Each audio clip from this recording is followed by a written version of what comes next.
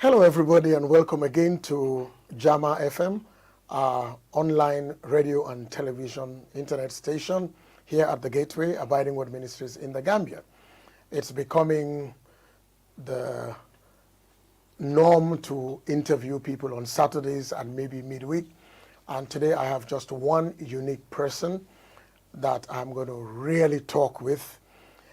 It's amazing how, because of the public speaking, communication training, mentoring, and coaching classes we're doing, we're getting to know so many people. I am particularly grateful to God because I think my family is becoming bigger and bigger and wider and wider. And I'm getting to meet people who have a shared common goal with us to showcase the good, the proper, the best side of our country, and not just the seemingly mainstream agitation that goes on, particularly on social media. And because the world is a global village, people can wrongly assume that our country is at war with itself because we are at each other's neck on social media. And whereas there's so many great things happening, so many Gambians in particular, and people in the Gambia also doing phenomenal things. A couple of months ago, about 4 or 5 months ago, I met a gentleman, and my life was enriched because of it. Yes, he came to do public speaking training, presentation training in a group, and will be giving a shout out to his group. And I'm sure when his group mates see him, they'll be shouting, "Chill pill, chill pill." And Mr. Ebrima Jatta literally touched me with his story. So we're going to look at his story, and from his story, what was birthed, known as CASA Gambia. I believe it's Community Action Support Association for the Gambia. He's a banker also, but he wears many caps. I'm sure somewhere in him is a pastor. But Ebrima, good to see you. Welcome to Jaama FM. The last time you were here, we were trying to make it look good. That's right. All right. So let's start with the chill pill, because I know Roland, I know Mr. Sow, I know F2, Fatu, I know Bobo, I know the rest of the people are like, the chill pill, the chill pill, the chill pill. And Mariama in Canada and other people that were in your group. Yeah, exactly. Yeah. So how did that chill pill, let's start with the chill pill. Was it the exam or what? No, well, first of all, Pastor, thanks for having me. My really pleasure. Appreciate being here. It's always a pleasure, sitting down and talking to you. Thank you, sir. From day one up to today. We watched you on TV when we were younger. And Oh, now you're making me look like I'm old. It's a privilege to share. Here we are. That's what it's all about. That's what it's all about. To share the same platform with you. But then, of course, the chill pill came. Well, that's something that I got used to when people are nervous or struggling with something. I tell them to take a chill pill. So they often ask, "Oh, what's the chill pill?" I say, "I got it in my car. I'll give you." So that's what happened. I remember Bobo was struggling with his presentation. With his speech, yeah. So I told him, "Bobo, okay, you know what? Just take a chill pill." And it became the thing in the class. Take a chill pill. Right? So let me pull my producer's legs, Queen. Yes. She said, "What is the name of the man we're interviewing?" I said, "Queen, check." She said, "I only saw chill pill." Oh, so I said, my number? I said, "Don't call him chill pill, he's Ebrima Jatta." So, yeah. Ebrima, first of all, it's an awesome privilege to know that you went to the UK and you came back. Because a lot of people have that story. When it's about to come home, people think you are crazy. They told you, like they tell people, marry an EU citizen, join the British Army, do something. And tell us your story from Banjul to the UK, back through the cyber cafe, stand chat, and CASA Gambia, and maybe the church you are planting. Oh, well, yeah, of course, like you mentioned, I wear like different caps. But then, of course, to cut this story short, and this story touches me a lot. I remember it was my final presentation on a TFA level 3. Yeah. So, well, in the year 2007, I was fortunate to get admission at the university in London, London School of Commerce, to study business information systems. So 2017, I made my journey to the UK, and then my decision never changed. All I wanted was to go to England, study, and return home. But then, of course, when I got there, I met a lot of folks that thought I couldn't study in the UK. But Wow. I made the impossible possible, because most of the folks that goes there, they're amazed by the razzmatazz and the glitz. The glitz of the UK and London. Of course, they wanted to stay and don't want to come home. But for me, it never changed, because I thought Gambia needs all of us. Yes. And then going to the UK or in Europe or in America, staying there, that the impact you make there might not be significant as you could do in Gambia. I remember I used to stay, not stay kind of, I used to be supported by a British couple that live in the UK, so in London. When I was doing my dissertation, thesis dissertation, I remember we were talking about me coming home, and we were debating about it at a dinner, and the lady, Jackie pulled and said, Ebrima, it is better to be a big fish in a small pond than a small fish in a big pond. You make more impact. Exactly. I said to her, what's that? She said to me, in Gambia, there are not many people who has degree like you, but in the UK, there are people that have never been to school. They're better than Those with doing degrees. what you want to do in the UK. So that touches me a lot. But then, fast forward, even before that, I spent a couple of weeks in Birmingham, where my friend that hosted me leave, and I met a couple of Gambians who never thought I could stay in the UK. But then I left Birmingham, went back to London, enrolled at the university, and during my training, studies, I work with an agency, Blue Owl Recruitment Agency. Okay. That gave me the opportunity to, visit a lot of places, like football stadiums. I've served people in stadiums because I used to work in hospitality as well. So I met different inspirational people and all that stuff, and that means so much to me. And I look at myself, I thought I could be like them as well back home. And today, you are. A lot of people are also looking up to me. So if I had stayed in the UK, I'll still be doing the same manual jobs or looking for papers or looking to, to change my status to be there. So I think I made a good decision. But then also during my study in the UK, it dawned on me that my community, Bruford, does not have an internet cafe. So I actually put money together and bought 20 computers, shipped them to Gambia. Your own money? Yes, my from own the money, UK? yeah, from the UK, and set up the internet cafe. And when I came home, when I returned home, I set up with a friend. So it was actually 2 internet cafes. And during that time, I was engaged in helping folks, training them how to use computers, how to browse the internet. The business was good, but then later on, I had to get a job. So I was hired by Standard Chartered. Of course, before I met Standard Chartered, I was hired by a Tunisian company called True Vision. I was their technical director then. Here? Yes. So we were selling the check, ACP, automatic check clearing solution to banks. But this project was sponsored by West African Monetary Institute. Okay. So we sold those solutions to banks, and I was able to interact with a lot of different banks and central bank as well. And after the project phased out, I decided to join Standard Chartered. Wow.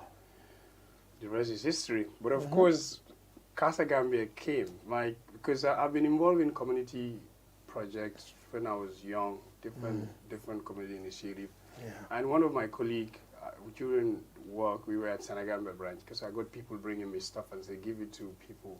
So she mentioned to me and said, look, why don't you set up a charity so you can help more people?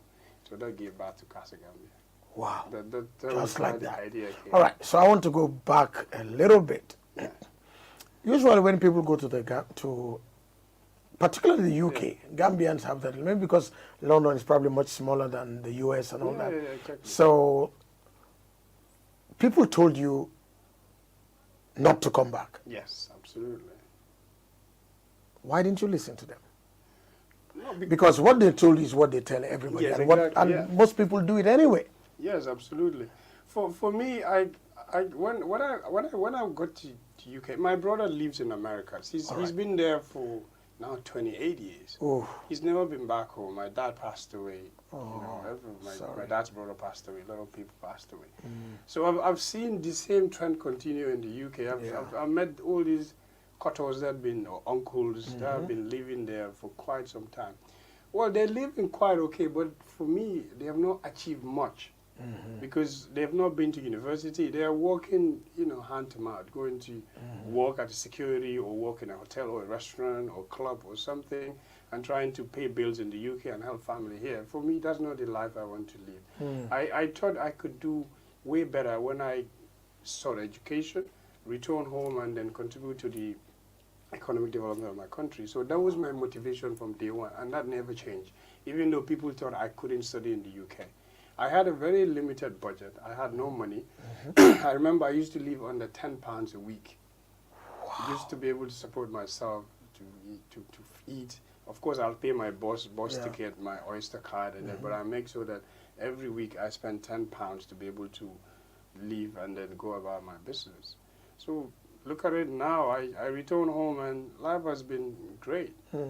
Well, have you always been this focused, even as a child, or was it the UK that taught you these lessons? No, I've always been focused. I remember when we were young, all the folks around my area would say, "Oh, so I'm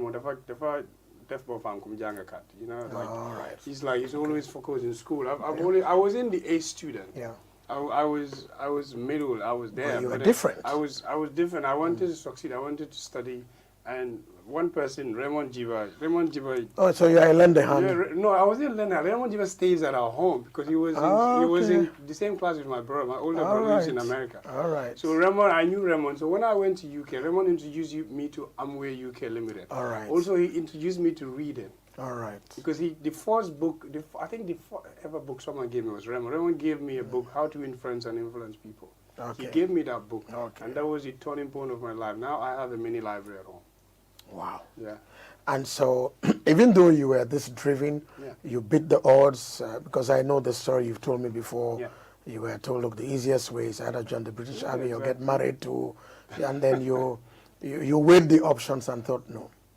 When you finished your degree and it was time to pack, did you have any second thoughts that, look, because when did you come home? 2009, 10. All right. So it was not this government. No, it wasn't. So you had reasons maybe not to come. But did you have second thoughts while you were packing and shipping computers and all? Like, boy. No, I never had a second thought because the computers were sent even a month or two, I think a couple of weeks, because I sent them to Red Coat. But I never even had a second thought because that was exactly what I planned to do. But even though I met people that thought I couldn't study there, I should get married to a British woman or join the army so that I could get British status to live there. But for me, that was not enticing for me. The best thing I could have done was go home, and that never changed. I remember our folks from Gambia or other parts, especially folks from my village, when they heard that I was packing to go home, they were calling each other. This boy is crazy. Why? What is he going to do in Gambia? But now I see those folks contacting me through my foundation to help initiate or run or implement. And I hear a lot of that story too. So, I hear a lot of that story, that there are people here who have been supporting people now in England in a very strange way. Yeah, absolutely. Right. So you came, then you worked for this Tunisian company. Yeah. A little bird tells me that the cyber cafe was doing well. Yes, of course. Why did you close it? No, I didn't close the cyber cafe. The cyber cafe has been there because someone was always there, even if I wasn't. Cyber cafe was closed as a result of when all these smartphones came. All right. So of course, our cyber cafe business was not as lucrative as before. So everyone has a smartphone. People will come and connect Wi-Fi. But then, of course, I got engaged. My friend also again. My friend is more of a technical guy. He repairs computers and mobile phone. And those computers, those things are still there. Oh, really? Yeah, they're still there. Oh, wow. My friends still Wow. That's good. The internet business went kind of down, but when everyone had a smartphone, no one needed. Yeah, it's like all these telcos. It's like cinema houses. Exactly. So let's go a little bit into who Ebrima is, because when I met you and your drive from segment 1 to segment 2 to segment 3, and of course you have directed people to TFA who have come, I kind of seen you somebody who is able to, excuse the phrase, smell opportunity and take it. yes. You did that going to the UK. You did that with the people that supported it. You did that for your people. You worked for this Tunisian company. You got connections with the bank, Stand Chart. And So Holland, I went to study in Holland. I know. I'm coming to that. He's on his 700th passport, by the way. He's always traveling. See him in strange places. So I'm going to bring this in the middle, and I'll bring it at the end. Okay. What would you say to a young Gambian gentleman who is saying that, look, forget it. These guys are just talking. I'm going to the back way. This thing doesn't work. What would you say to them? I will tell them to do like I did, because we all thought Europe is so lucrative. Now, after the Industrial Revolution, Europe is not us. It used to be. Now everything is digitized, and then you have to have some sort of connection or some sort of status or education to be able to survive in those communities. So my advice to young people is the Take It program, I follow it, I think I've been involved as well. Yeah. We can make it here. I've seen people that have never been outside, because I work in the bank, and they're running very successful businesses here. Also, I've seen people that have never been out there, and they're doing very well in life. They studied there, here, primary, secondary, high school, college or university, and they're doing amazingly well. So basically, you can do it here. Right. You don't need to go to Europe or someone's validation to be able to succeed here. I like that. Yeah. I'm sorry, I keep using the word tweet. Somebody tweet that you don't need somebody else's, exit. Exactly. You don't need somebody else's validation. Yeah. Wow. Yeah, all right, so you came home. Yes. And then you started working with the bank. Yeah. And that's still going on. Oh, absolutely, yeah. And then you started CASA Gambia. Yes.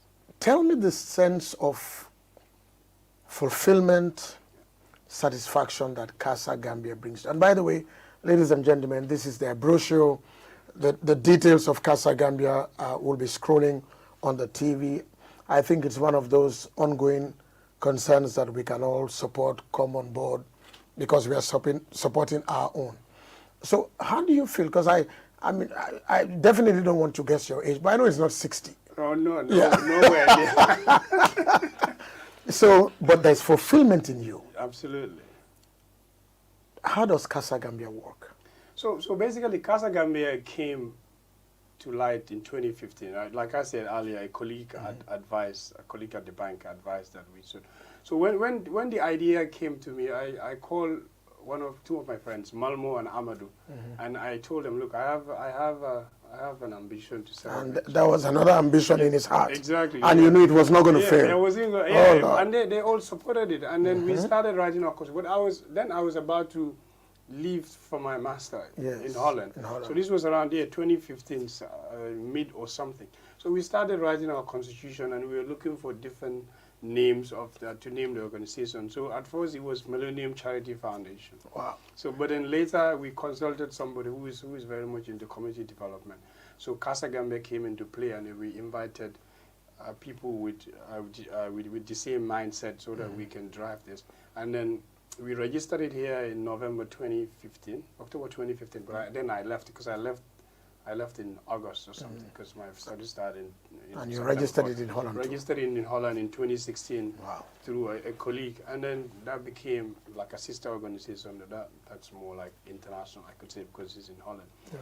But then today, what we have done, because after registering there, we were able to partner with one of our biggest partners, Wilde Gansstad. In English, it's called Wild Geese. Okay. They support all these small and medium projects in developing countries. Okay. Since then, CASA Gambia have given me enormous satisfaction. Amazing. Wow. We've done so many things in the area of education, and now we're kind of shifting our focus because charity work is great, but then of course there is also donor fatigue. That's also when you talk about sustainability, to sustain an institution or something, you have to be able to involve community. That's right. Stakeholders or local stakeholders. So there is this organization also, Change the Game Academy, that we partner with to support community-based organizations, how to raise funds locally, local fundraising, and then mobilizing support, which is more sustainable. Because normally donors will come and buy build a community center. They do everything without involving the community, and they hand it over and go. But then they don't, failing to understand the community do not have the capacity or technical know-how to maintain that. That's right. But now in our capacity building training, what we do, we invite community-based organizations, teach them or train them, or kind of a training of trainer. We train each other how to raise funds. We exchange ideas. We tell them how to draw a fundraising plan, how to engage potential donors, and many other things. And then that step from day one before the end of the 5th day, most of them will be like, wow. And then they will be able to, design their own fundraising plan. And then also, we do like a 6 months coaching with them to be able to show them, what to do or track down what they've been doing with their communities. And then this is amazingly working. We've seen them raise funds. We've seen them do a lot of community projects. And then it's amazing. So it's an indication that this thing can work. Wow. And it's working. Yes. And I know you have many success stories. Of course, yeah. Anyone that just comes to your mind now? Well, of course, my community, I came from Brufut. 2018-19, we rehabilitated the whole school, Brufut Lower Basic School. We had 36 classrooms. Wow. We painted, we tiled, we fixed electricity in the whole school. We painted the whole school, and then we also built 10 new classroom blocks, story building for the community. We also maintained their library as well, donated books and all kind of furniture. So that is an amazing thing. Also, another school in Brufut is called Sehma, who's bilingual. It's an Arabic school, but they do both English and Arabic. So we also partnered with German embassy to renovate that school and then change all their furniture and all that. So, and many of those. And of course, there are tons of kids that you've given scholarships and all that. For the past 4 years, we've been sponsoring 20 kids from different schools. I think now 5 schools every year. That's like an 100 ongoing a year. project. Yeah. Wow. Did Every you boreholes? No, we've not done any boreholes yet. But then, of course, we have plans to support horticultural gardens. All right. And then, hopefully, we've got new partnership with an American NGO that is looking to get funds from USAID. So they've approached us. We had initial discussions with them. I wouldn't want to say much on that because it's still on. I'll name no names. Of course, yeah. So we're looking at helping communities in terms of agriculture, environment, and climate change. So in that, hopefully, we'll be able to involve into digging boreholes and then helping horticultural gardens and many others. Wow. Yeah. Now, I don't know whether you can remember when you did your TFA. By the way, TFA is the Forbes Academy. Yes. When you did your TFA end of training examination speech. Yes. I'm wondering whether it was the ambassador or somebody that asked you that you are in a for-profit profession. Yes, exactly. You remember that question? Yeah. And you are throwing out a non-profit Yeah. agenda, and then he asked you, which Ebrima are we going to end up with? Can you answer that question again? Yeah, of course, you're going to end up with Ebrima for non-profit. Really? Because for me, well, banking, that's what put food on my table. But of course, I am very much interested in community development. And banks normally, they have CSR and all that, but then it's more profit. They are more interested in making profits and then, growing their books than, of course, charity. But the amazing thing about charity work or humanitarian work, you cross paths with amazing people. It's true. People that are doing amazingly well in different communities. And then when they share their story, you're amazed. And that's what means so much to me. For me, it's not about money. I know I could work in anywhere, banks, and get money, but the fact that you have the opportunity to plow back whatever you have to your people, helping, educating people, and building things, and then giving hopes to the future, that's the most fulfilling thing for me. Wow. Yeah. Makes me feel happy. So let me ask you this question, Ebrima. Why did you come to the Forbes Academy? Well, okay, Forbes Academy, Well, no, I've had your adverts on West Coast because I'm an ardent follower of West Coast Coffee. So you're having butterflies in your stomach? Yeah. so basically, like, because of my involvement with CASA Gambia, I've always done public speaking, master of ceremony, presentation in the bank and other places. Okay. But then I look at myself and thought I could do better than this, because there are times I am nervous, or the times I kind of freeze, and I use a lot of you know, and all that. Yeah. So I thought I need to seek advice or support so that I'm able to beat those vices. And then coming to Forbes Academy was the best thing for me, because Pastor Forbes made us. He did. Which Pastor Forbes? Well, basically, clip. Make us think the unthinkable, do the undoable. Yes. And then today, I could stand on any platform. I wouldn't say I would not be nervous, but then there's some kind of tricks that you learn, you know, and then it will take you everywhere. You can present your facts, and then you can think on your feet. And your acronyms, and your acronyms DD, and all that, and your BP, and BWP, and BVWP. Absolutely. So first time I contacted Pastor was, I wanted to come, and I contacted him. Pastor gave me all the detail, but I was about to travel, so I couldn't come. Yeah. And I went away. When I came back, that was when I said, hey, I'm ready to embark on this. And when I started, I never relent until the end. And class was fun. Oh, it was the best. Our class was the best. I'm kind of thinking that your group was unique, was crazily unique. Yeah, we had all kind of people, especially the segment one.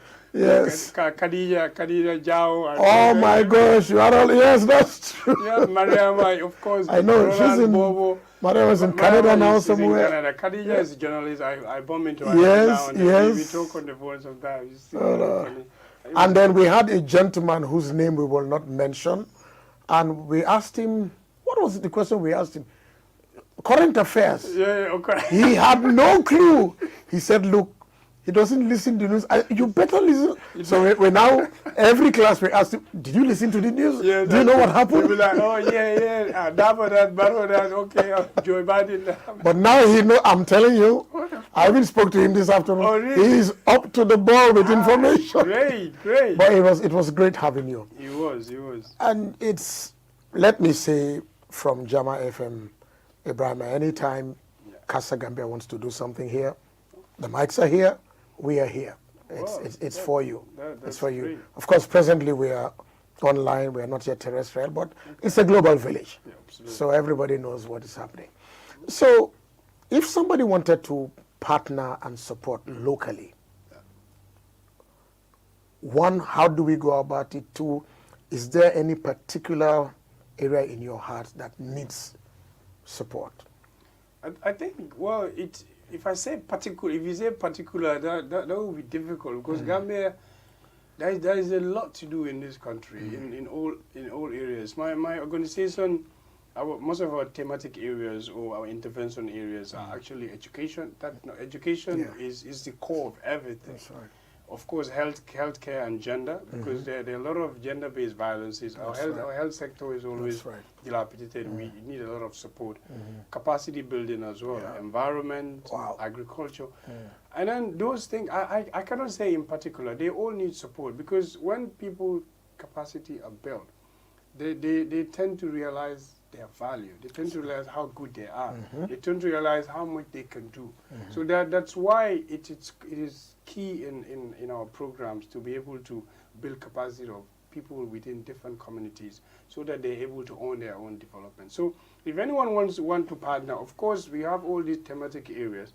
You can reach out to us through our website or send an email, or our numbers are there. We can have a chat with you and then see how best we can support our communities. You can see recently we've been doing a lot of engagement with different stakeholders, because because of our expansion, because of the things we are involved in. So we're looking at expanding, transition into an NGO, just instead of a charity foundation. Because with charity you are limited to how much or where you can intervene. Right. So with an NGO, you are able to do more and then expand your wings to countrywide. So that's the transition we are doing now, and part of that transition, we are engaging stakeholders in the civil society space to be able to know how we can arrange ourselves, how we can comport ourselves, and what we Ebrima, I know we've had this conversation when we were doing TFA.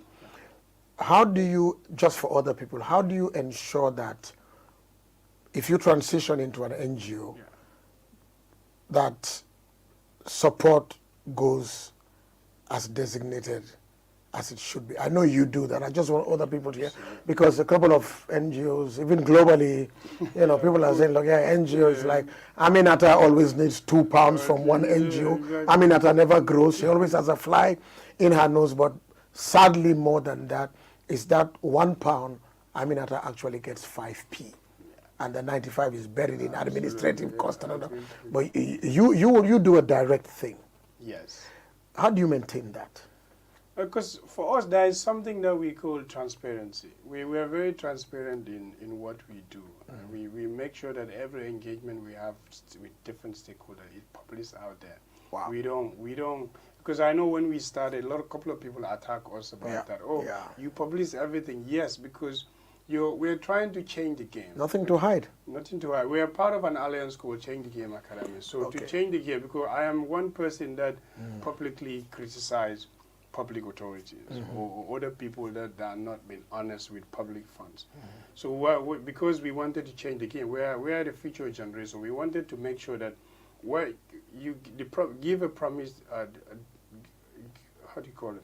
Talk the talk, walk the walk. Talk the talk and walk the walk. Right. Make sure that when you give a promise, make sure that you deliver it. So you don't want to say transparency here and behind the scene you're doing something else. So what we do, because for us we raise funds locally. We do contributions, we do donations, and then we make sure that everything that we earn, it's out there, and then we doing the same thing. So basically our project speaks for ourselves. Transparency is a very difficult thing, and also we accountability is important. We tell communities or our partners, look, anything you give us, make sure that we are held to account. So our partners, every penny they give us, at the end of the program, we have to send an extensive report, even with receipts. And then with that, because we know that someone is looking at us. So we have to do the right thing. But we even do when no one is looking at us. That's because right. if you have to change integrity. the game, your integrity is all at right, stake. so we've learned 3 words: transparency, accountability, integrity. That's great. So let me just pick you quickly. You went to do your master's in Holland. Which field? Business administration.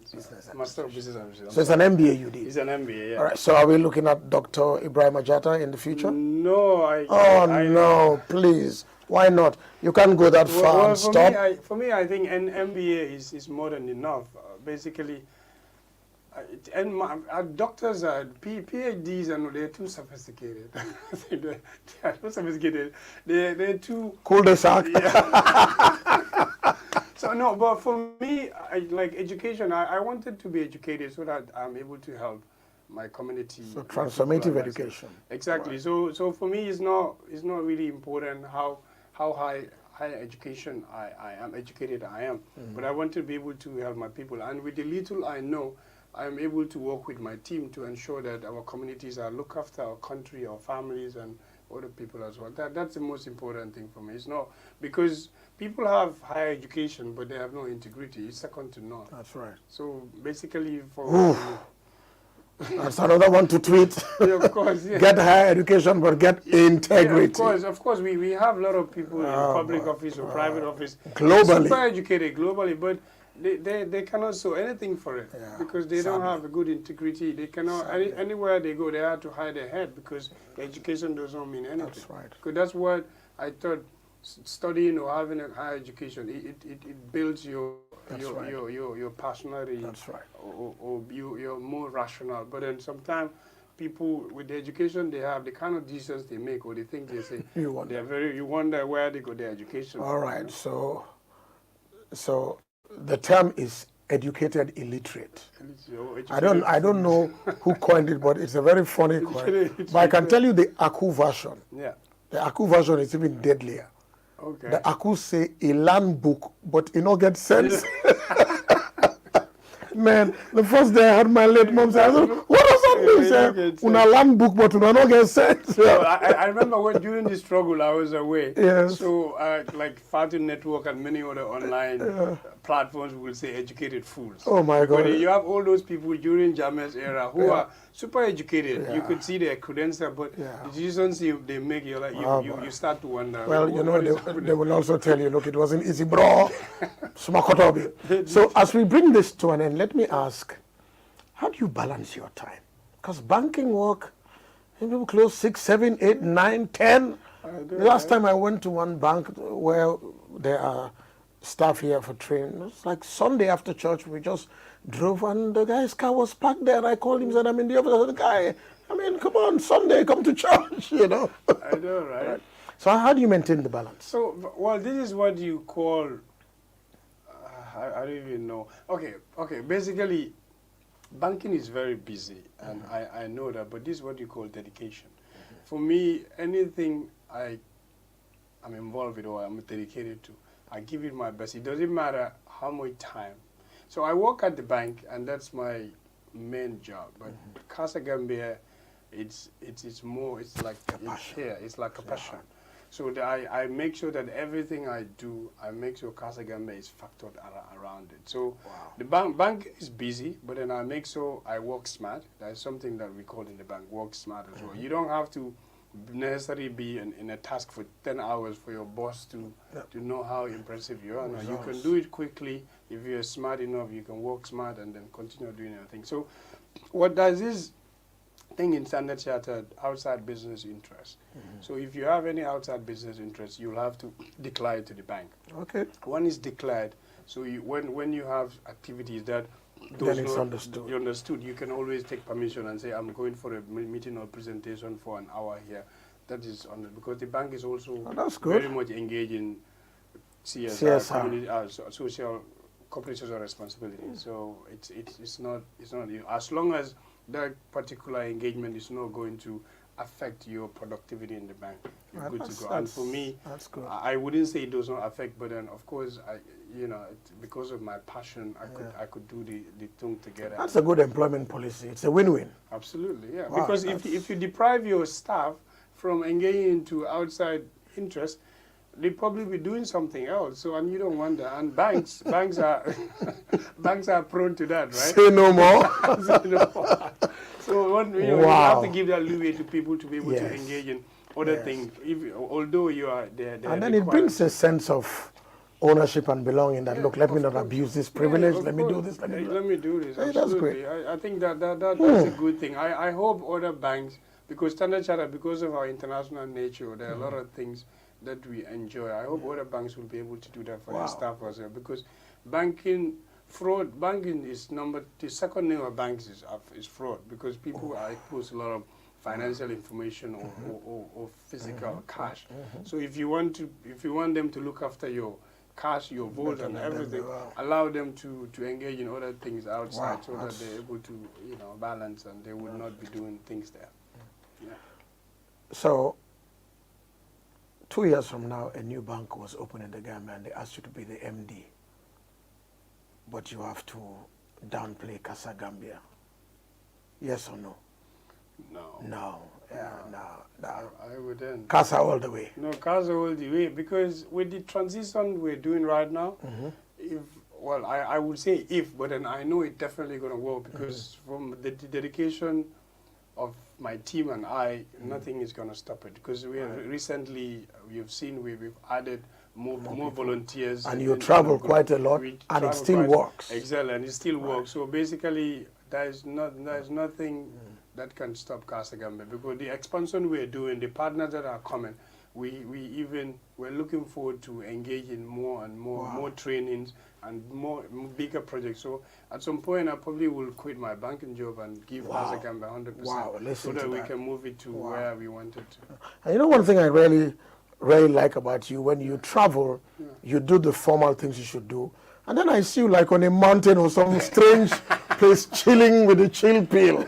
And that's good. That's balance. Yeah, of course. You maintain a balance. I mean, I see you chilling somewhere. No, because normally I go for these trainings, directors meetings or trainings. So of course you have a day or two to holiday a bit as well, because if I'm in Gambia, I never had time to chill. Telling me? It's always... Even with the pill? With the pill, I just had to take the pill at night and sleep.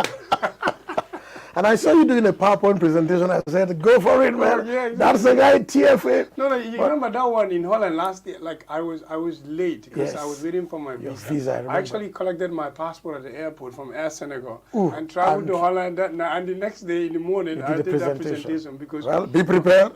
Because my organization was kind of consulted by United Foundation Holland. It's an organization here that includes Belgic and Dutch people. So they wanted my organization to do a presentation on some topics. Are those the things they call stichting? They have a name like that. Stichting,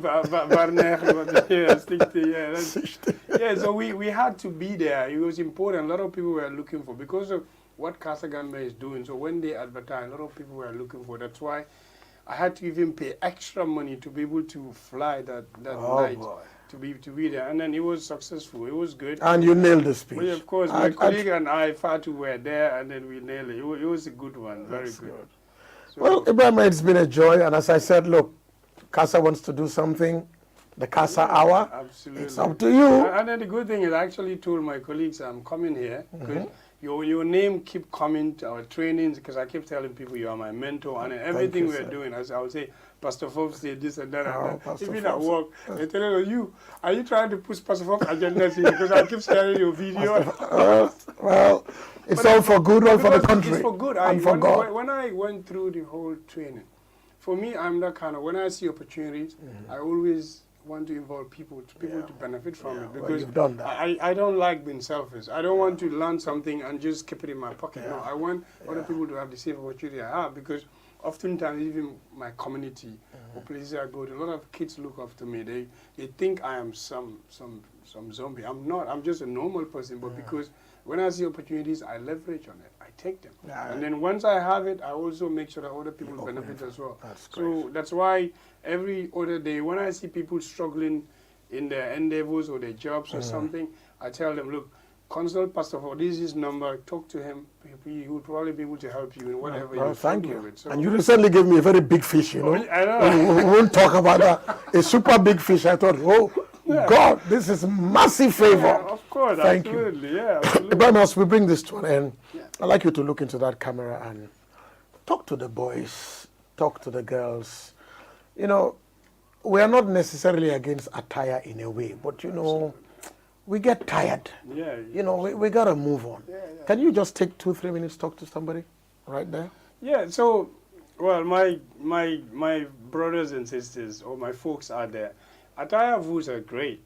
I've been doing it when I was younger, and I still, even though I don't drink attire, but I still sit in booths to exchange ideas with folks, because sometimes I thought, if you want to bring about change, you need to go and join the people that are out there, so that they can actually understand what you went through and then what you're doing right now. So doing attire views and all that, it's not a bad idea. It's great, because Gambia, our social fabrics allow us to do those kind of things. But let's ensure that we make time for personal development, for education, for work, and then all other things. Because if we dedicate all our time from morning to dawn on attire views, there is not much our country could progress. So what I will advise all of you, let's go to school, learn a trade. You don't have to go to education, you don't have to go to university or college. Go to school, learn a trade. You can do an apprenticeship. Once you're qualified, go out there, get a job, or have your own business. In the evening, come down, we sit and brew at and we can talk about our experiences. For me, I'm always open to engage young people and share with them. Yesterday, a girl texted me. She got my number from, I think, Google, CASA Gambia Facebook page. She said she was 17, she's going to grade 12. She had an issue with her mom. Now she's in Gambia. Her auntie kicked her out of her house, and she needed support. So I couldn't talk to her yesterday because I was busy at work. Immediately after I done, I spoke to her. I said to her, those family thing, go to the Alcalo and fix it, because our organization does not, you know, intervene in those areas. But we are able to help her in school. But when it comes to issue with her auntie and clothing and all that, she's to go and see the village elder. So please, let's work together. People like us are out here. We have all the time in the world. If you want to engage us, please, our numbers or our contact our emails are out there. Just get in contact. But then, atara vuza no disruso. If we want to move Gambia to the higher height or where we want to see Gambia, we need to engage ourselves in things that will help us progress as a nation or as a people. Wow. So that's the man himself, Ebrima Jatta. We call him Chill Pill. But ladies and gentlemen, here it is, CASA Gambia, Community Action Support Association. The aims are inclusion and participation, strengthening local institutions, social cohesion, empowerment, poverty reduction, thematic areas, education, agricultural, environment, climate change, advocacy, capacity building, health and gender, as he said. Do the attire, get a scale. If the doors open for university, go there. Just become somebody great, and let's build this country. We cannot do it more than we can if we don't do it the way it can be done. And definitely nobody else will do for you what you should do for yourself. It's been such a great joy having you, Ebrima. And for the third time, I'm going to say, CASA Gambia wants to do something here. Yeah. If I'm not in, just call Queen and say, this is Chill Pill. And she'll remember that it's Chill Pill. All right, so a shout out to Khadija, to Bobo, to Mariama. Samba Omar, to Mariama, to Yafatu. Hey, Roland is a dad now. Yeah. So I spoke to him. Can you imagine the guy? When they asked him in that his exam question, what's the best decision you made? Marry my wife. I remember I was like, oh my God. And then the examiner said, I wish her all the best. Married my wife. Yeah, that was good. Hey, Roland, shout out to you, your wife, the baby. That's a TFA baby here. Ebrima, Absolutely, yeah. get him now. Thank It's you. just I great. appreciate this. Great. CASA Gambia has all our support, our prayers, and Jaama FM is here for you. Thank you. All right, folks. Well, this is where we wrap it up until we come your way next Saturday or next Tuesday, Wednesday with some other people. Link up with CASA Gambia. Do something. Do your own personal CSR. Do your institutional CSR. Spread the word out there and show support and love to what we are doing. This is a group of Gambian youth that came together in 2015, just 9 years ago, and look at what they've done. God bless you, sir. Thank you. Cheers. Yeah. See you guys. Remember your Chill Pill too. Oh, yeah. Bye. I'll take one before I get to bed.